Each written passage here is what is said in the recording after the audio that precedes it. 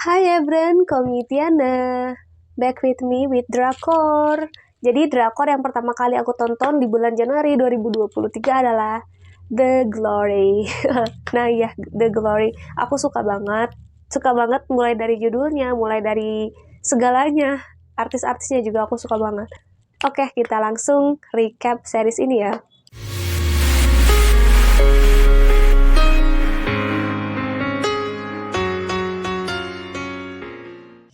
Nah, jadi The Glory ini kan ide utamanya tuh tentang balas dendam ya, the revenge of someone yang korban bullying gitu. Jadi Moon Dong Eun dia tuh adalah tokoh utamanya, seorang yang jadi korban bullying dari SMA, terus akhirnya sampai putus sekolah, akhirnya dia harus kejar paket C lah, kerja di pabrik. Nah, dia balas dendam dan merencanakan balas dendamnya itu dari rencana balas dendam sampai ke terjadi kejadian balas dendamnya itu adalah 17 tahun. Dimana this is so amazing. Ini realitanya tuh kayak apa ya, kayak logik banget aja gitu. Makanya aku suka. Terus konfliknya itu tadi ya. Jadi konflik batin yang sangat dalam banget gitu ya. Yang kayak nggak bisa ibarat kata tuh kayak nggak bisa dibayar oleh apapun gitu ya.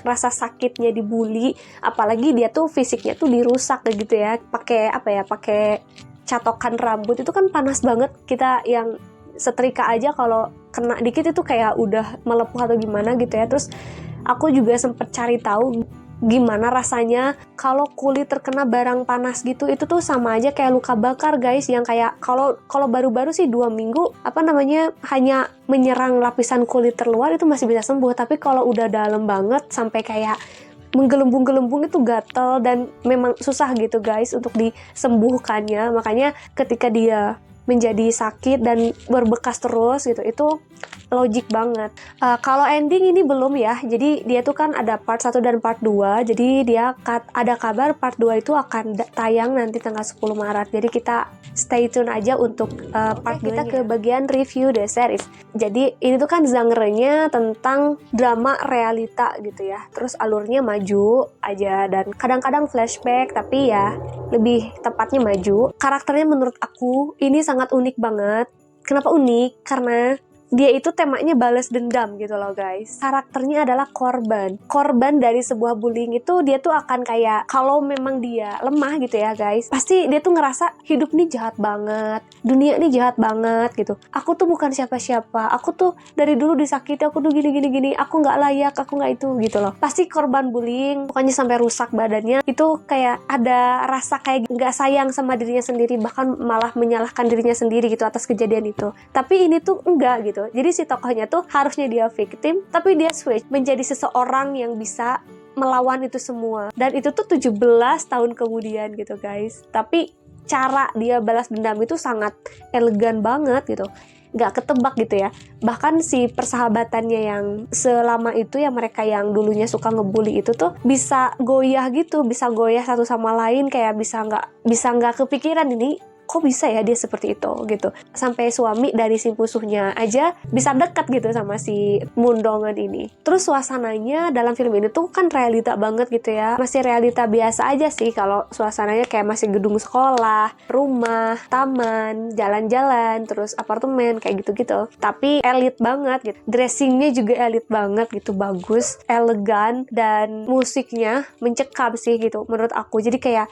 cerita tentang balas dendam tapi di realita yang seperti sehari-hari gini, jadinya tuh kayak gimana, jadinya tuh tricky gitu loh, kayak oh ini orang tuh lagi balas dendam sebenarnya gitu, padahal dia sambil ngajar, sambil apa gitu. Jadinya tuh kayak nggak kelihatan kalau ini orang punya niat buruk gitu. Dan karakternya aja sampai kayak nggak mau ketawa gitu, nggak mau senyum. Bahkan dia berpikir bahwa kalau aku ketawa nanti aku takut lupa gitu sama apa yang sedang aku lakukan sekarang, katanya tuh gitu. Ini tuh saking gimana ya, saking dia geramnya, dia tuh tidak menuntut membalas hal yang sama, tidak menuntut untuk dimintain maaf, bahkan uang pun menurut dia nggak akan cukup gitu kan ya. Intinya tuh dia memang pengen balas dendam aja gitu. Jadi itu yang bikin seru dan bikin kewalahan juga gitu ya. Orang yang dulunya dijahatin juga bisa lebih jahat gitu loh guys, selebih jahat-jahatnya dari yang jahat gitu. Kita lepas dari seriesnya ya. Dan ini moral value yang aku dapat dari series ini. Pertama, aku tuh selama nonton tuh mikirin kenapa judulnya The Glory, padahal kan balas dendam gitu. Glory itu kan kayak kejayaan ya. Ternyata setelah aku pikir bahwa setiap sesuatu yang terorganisir itu tuh pasti akan terlaksana dengan baik gitu,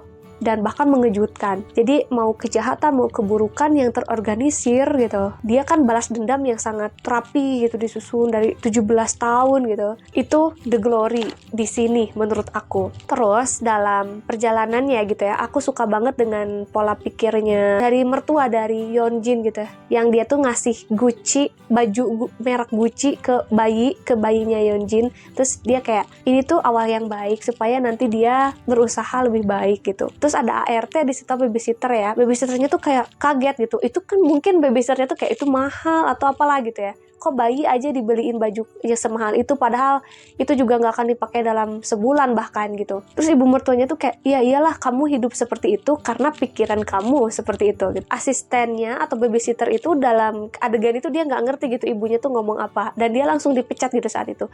Tapi yang poinnya adalah gini, kita itu bisa banget hidup sesuai dengan pikiran kita gitu. Kalau kita berpikir diri kita akan berhasil, kita pasti berhasil. Kalau kita berpikir hidup kita biasa-biasa aja atau gini-gini aja gitu, apaan aku mah orang kecil, aku mah cuma bisa jadi ini, cuma bisa jadi itu gitu, ya itulah yang akan terjadi gitu. Jadi semacam keyakinan sama pikiran gitu, itu yang akan terjadi sama kamu gitu. Aku suka banget dengan pola pikir itu gitu yang ada di dalam series ini, termasuk pola pikir yang dilakukan oleh Yeonjin, si musuhnya Mundongun, sama Mundongun itu sendiri gitu. Yeonjin itu pengen nikah ketika muda, cantik, terus pengen jadi ibu yang baik, jadi istri yang baik gitu. Dan memang terjadi, dia nikah ketika cantik dan ketika muda, dan jadi ibu yang baik, jadi istri yang baik gitu, yang mencintai suaminya. Mundongun juga, dia tuh seseorang yang berpikir bahwa aku akan balas dendam gitu, dan aku akan berhasil. Nah gitu, jadi dia juga hidup berdasarkan keputusannya itu. Dia hidup dengan balas dendamnya, dan diorganisir dengan rapi gitu oleh dia. Nah, jadi moral value yang aku dapat 2 itu guys, untuk sementara ya ini The Glory, karena The Glory masih ada part 2. Kita nggak tahu nanti part 2 seperti apa. So, stay tune terus. Nanti cek lagi video aku kalau kamu pengen lanjut lagi ke part 2-nya, dan ingetin aku kalau mungkin aku lupa. Makasih yang udah nonton sampai akhir. Kalau kamu punya saran, kritik, dan juga rekomendasi film apa yang bagus, series apa yang bagus untuk aku review, silahkan tulis di komentar ya. Makasih, see you, bye.